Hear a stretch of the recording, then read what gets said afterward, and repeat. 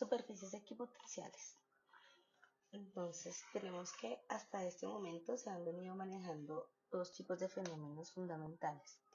Los fenómenos que son de tipo electrostático y los que son electrodinámicos. Tengámosles en cuenta que cuando decimos electroestáticos hacemos referencia a fenómenos en los que no hay movimiento. Y cuando decimos fenómenos electrodinámicos ya consideramos que hay un movimiento presente. Entonces, en los fenómenos electrostáticos teníamos las consideraciones sobre fuerza eléctrica entre las cargas, en donde teníamos una constante de proporcionalidad K, dos cargas que estaban interactuando, que eran diferentes una de la otra, y una distancia que las separaba. Esto me daba un resultado de tipo vectorial, es decir, debía tener una magnitud, una dirección y un sentido. Por otro lado, o más bien en esta misma línea, también habíamos definido una cantidad que llamábamos campo eléctrico, que también era vectorial, y que habíamos expresado como la fuerza eléctrica analizada o tenida en cuenta solo desde una de sus cargas. Si consideran ustedes la relación de las ecuaciones, entonces básicamente esto sería las cargas que habíamos considerado para la fuerza eléctrica dividido entre la distancia que las separa y esto dividido entre la carga puntual en la que yo quiero hallar el campo eléctrico, que digamos sea la carga 1. Si yo hago extremos y medios en esta ecuación, entonces voy a encontrar que la constante por la multiplicación de las cargas dividido entre la carga por la multiplicación de la distancia me da como resultado la expresión de campo eléctrico que conocemos, considerando además que esta cantidad también es vectorial y por lo tanto debe tener una magnitud, una dirección y un sentido. Por otro lado tenemos los fenómenos electrodinámicos. Aquí, como ya consideramos un movimiento de las cargas, entonces vamos a tener en cuenta que para que una carga pueda desplazarse a lo largo del espacio es necesario que haya una fuerza involucrada. En este caso será la fuerza eléctrica.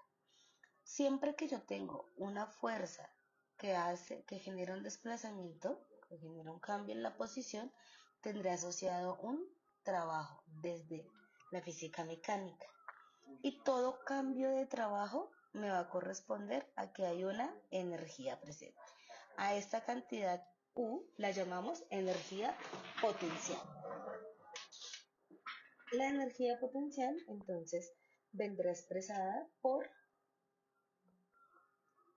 la misma constante K que ya conocemos, las cargas que están interactuando en el sistema y la distancia que las separa.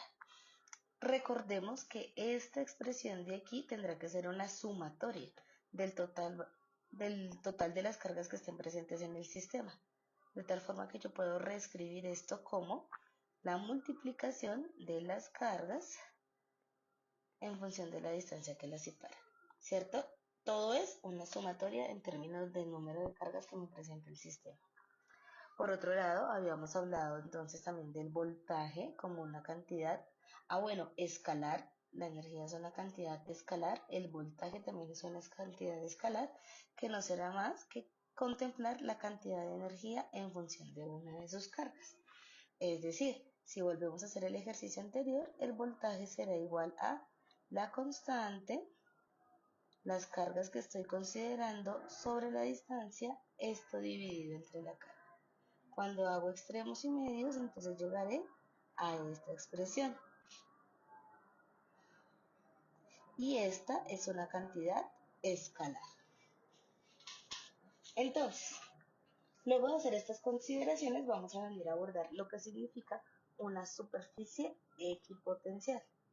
Entonces, como su nombre lo dice, una superficie equipotencial será aquella en la que existan unos puntos con el mismo valor de potencial.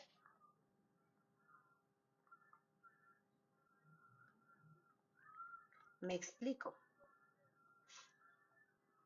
Si yo tengo aquí una carga puntual de prueba Yo sé que en torno a ella se me va a generar un campo eléctrico que es de forma radial y que en este caso que estoy considerando una carga negativa, pues será un campo eléctrico que vaya entrando hacia la carga.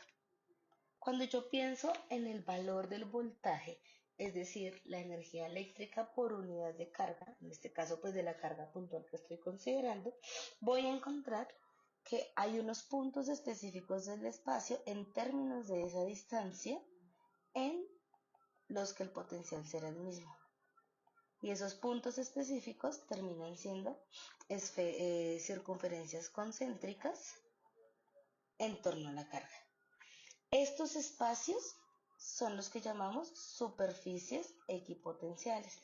Tengan en cuenta que la parte que estoy subrayando es una parte bidimensional, justamente porque hace honor a la palabra superficie.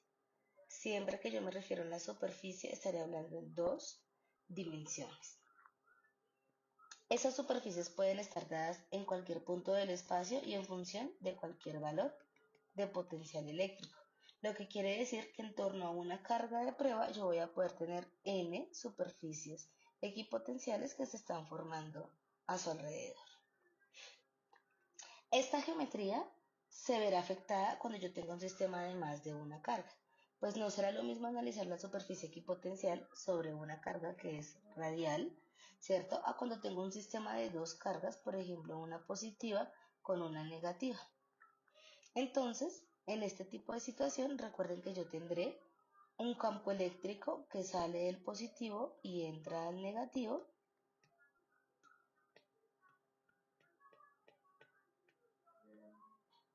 Y tendrá más o menos esta configuración. Fíjense ustedes aquí en la imagen anterior que la condición que se está estableciendo es que básicamente la superficie equipotencial termina siendo perpendicular a la línea de campo eléctrico. Sobre cada una de las posibles líneas de campo eléctrico, si yo hiciera aquí muchísimas más líneas radiales, lo que voy a encontrar es que siempre perpendicular a ella estará la superficie equipotencial. Eso quiere decir que cuando vengo a esta configuración, pues también voy a poder encontrar unas superficies equipotenciales que son perpendiculares al campo eléctrico que se está generando. Lo que quiere decir que en este sector de aquí, la superficie equipotencial ya no tendrá esa misma característica circular que habíamos visto en este lado. Igual en este lado tenderá a hacerse una superficie circular, pero irá variando en función que se vaya acercando hacia este campo central. Entonces, en el siguiente video lo que vamos a encontrar es cómo hacer uso de una aplicación disponible en la web para analizar este tipo de superficies equipotenciales.